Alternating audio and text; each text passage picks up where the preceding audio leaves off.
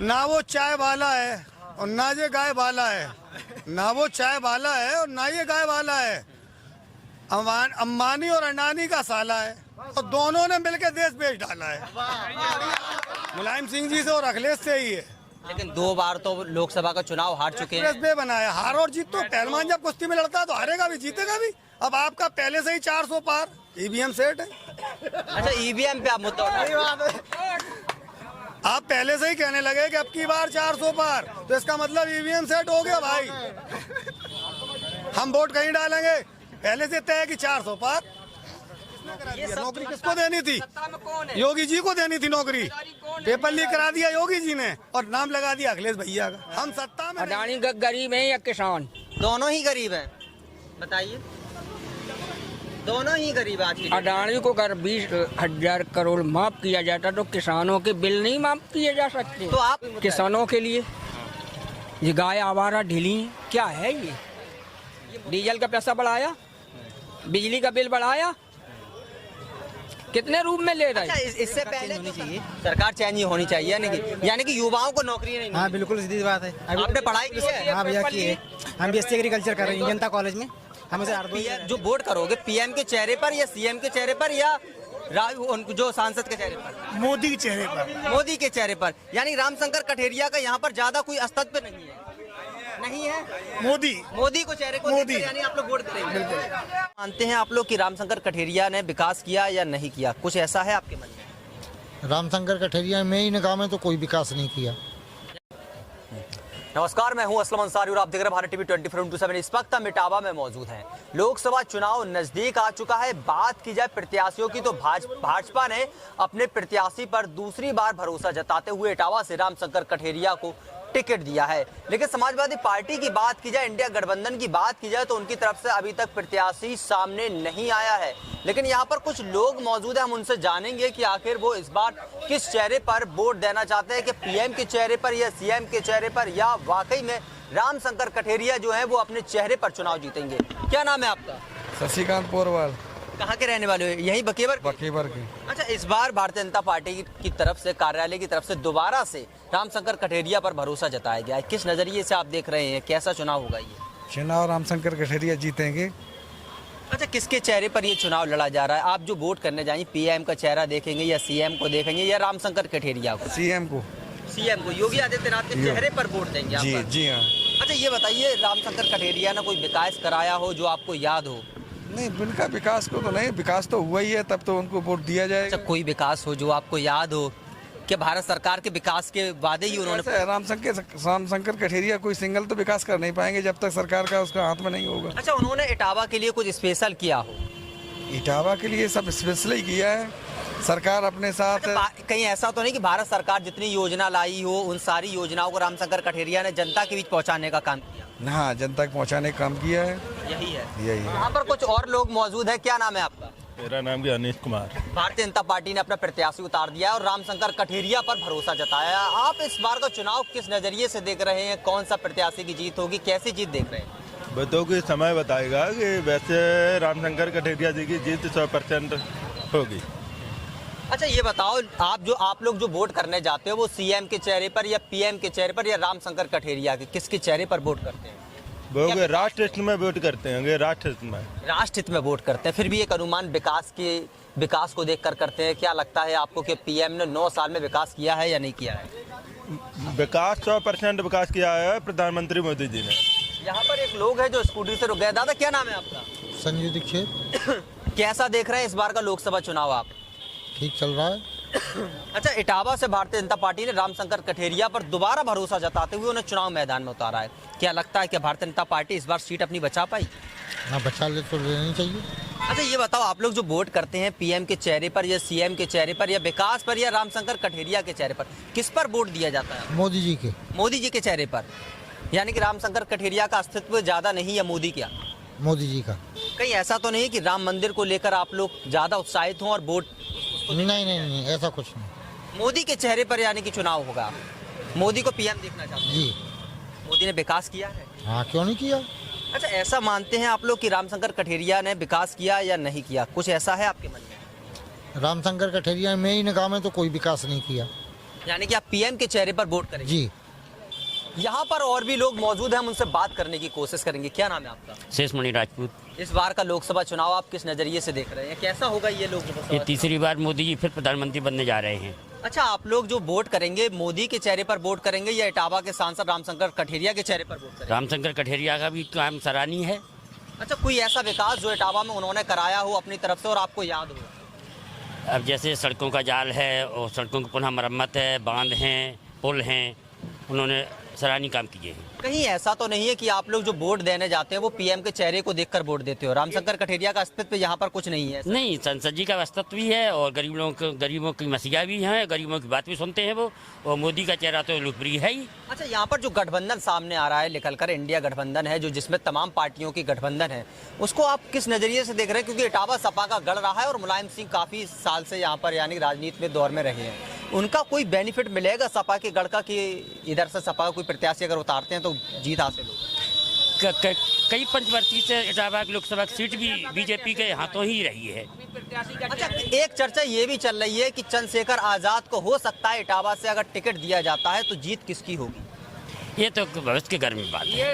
यानी चंद्रशेखर के नाम को लेकर आप भविष्य पे डाल रहे हैं? ये भविष्य की गर्व की बात है। यानी कि आप ये मानते हैं कि पीएम का चेहरा आपके लिए महत्व नहीं होगा जब चंद्रशेखर आजाद आ जाए? नहीं, ये भी नहीं बात है।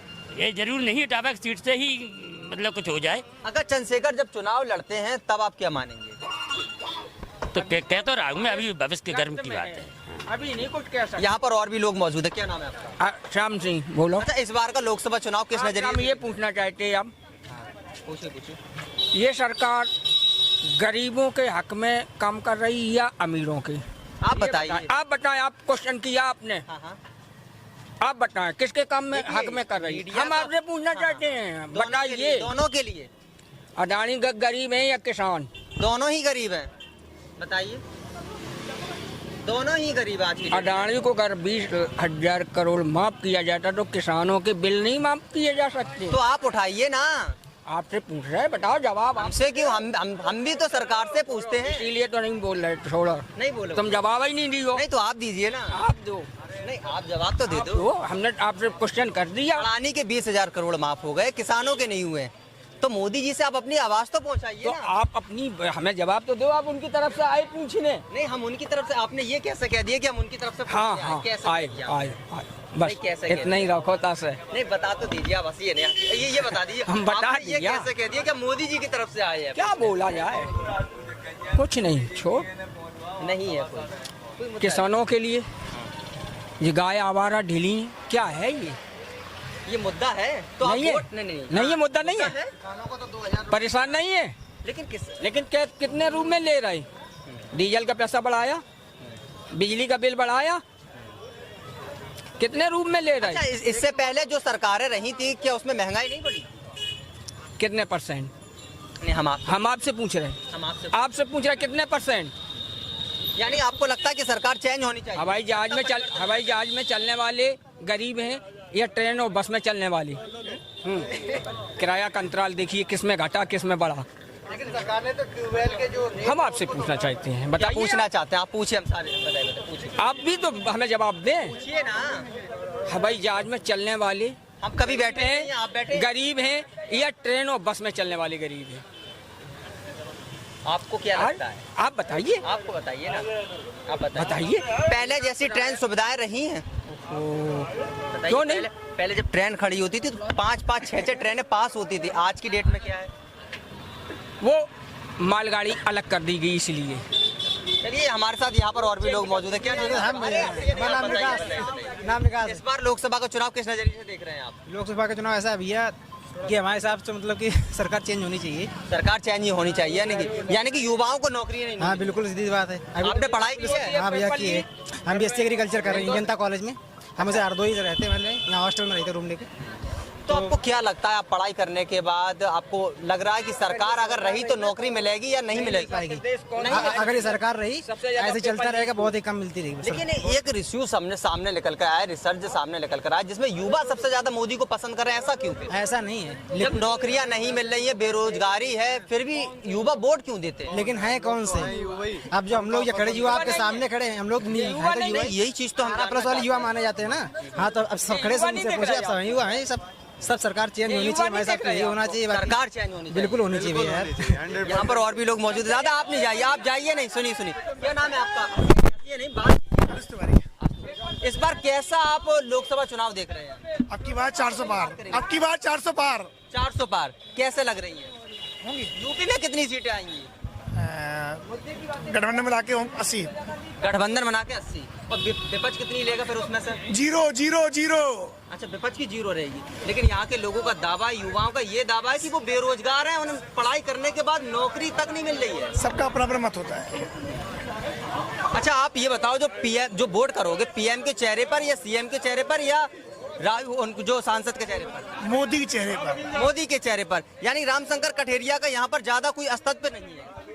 नहीं है, मोदी को चेहरे को देखकर यानी आप लोग वोट करेंगे। यहाँ पर बात की जाए लोकसभा चुनाव की, यहाँ पर और भी लोग मौजूद है। क्या नाम है आपका? अनूप शर्मा, एडवोकेट। वकील साहब कैसा देख रहे हैं आप इस बार का चुनाव? लोकसभा चुनाव नजदीक आ चुका है और बीजेपी ने दोबारा रामशंकर कठेरिया को मैदान में उतारा है।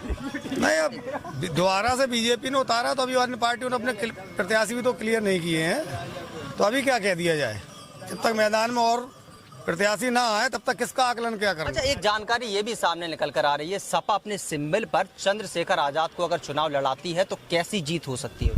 अब सपा अगर चंद्रशेखर को अपने सिंबल पर लड़ाती है तो नया प्रत्याशी है, युवाओं का साथ है, उसके साथ फाइट करेगा वो यहाँ। और तो फिर मोदी का जो विकास है वो नहीं, तो मोदी का विकास हर जगह थोड़ी ना है। मोदी का विकास आप देखिए ना, मोदी का विकास कहाँ है? मैं 2 बातें कहना चाहूँगा, ना वो चाय वाला है और ना ये गाय वाला है, ना वो चाय वाला है और ना ये गाय वाला है। अंबानी और अडानी का साला है और दोनों ने मिलकर देश बेच डाला है। तो इस बार आप चाहते हैं कि सत्ता परिवर्तन हो? बिल्कुल चाहते हैं, क्यों नहीं चाहते? पीएम के चेहरे पर किसका चेहरा देखना चाहते हैं? जिसको जनता जनार्दन देगी। एक तरफ गठबंधन है और दूसरी तरफ गठबंधन में जो सबसे योग्य होगा वो बनेगा। अच्छा, आपके यूपी के रहने वाले, इटावा के रहने वाले, यूपी में कितनी सीटें आ सकती हैं विपक्ष की? यूपी में तो हम तो ये चाहेंगे कि हमारी पार्टी सारी सीटें जीते। सारी सीटें कौन सी पार्टी है? कोई अखिलेश भैया, समाजवादी पार्टी से जुड़े हुए हैं जी। समाजवादी पार्टी, अखिलेश ने कोई विकास कराया? इटावा की पहचान मुलायम सिंह जी से और अखिलेश से ही है। लेकिन 2 बार तो लोकसभा का चुनाव हार चुके हैं। एक्सप्रेस वे बनाया, हार और जीत तो पहलवान जब कुश्ती में लड़ता है तो हारेगा भी जीतेगा भी। अब आपका पहले से ही 400 पार ईवीएम सेट है। अच्छा, ईवीएम पे आप मुद्दा उठा, आप पहले से ही कहने लगे कि अब की बार 400 पार, तो इसका मतलब ईवीएम सेट हो गया भाई। हम वोट कहीं डालेंगे, पहले से तय है कि 400 पार। ये सब जो जी चुनाव है वो ईवीएम पर हो रहा है। इस सरकार में 9 भर्तियां ऐसी हैं जो फॉर्म भरने के बाद कैंसिल हो गई।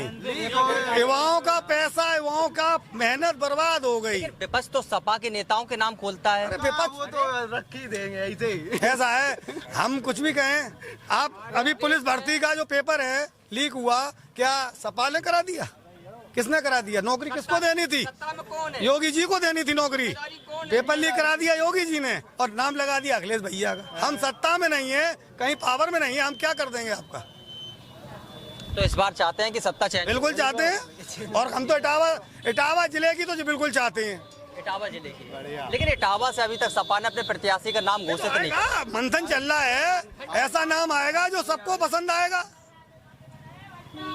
जहां पर बात की जाए मुलायम के गढ़ की, तो मुलायम के गढ़ में जो है कई तरीके के बातें सामने निकल कर आई हैं। कोई सपा का दामन थामता हुआ नजर आ रहा है तो कोई भारतीय जनता पार्टी का। अब देखना यह होगा लोकसभा चुनाव को लेकर जनता का रुख किस तरफ होता है। कैमरामैन सिमंत तिवारी के साथ असलम अंसारी, भारत टीवी, इटावा।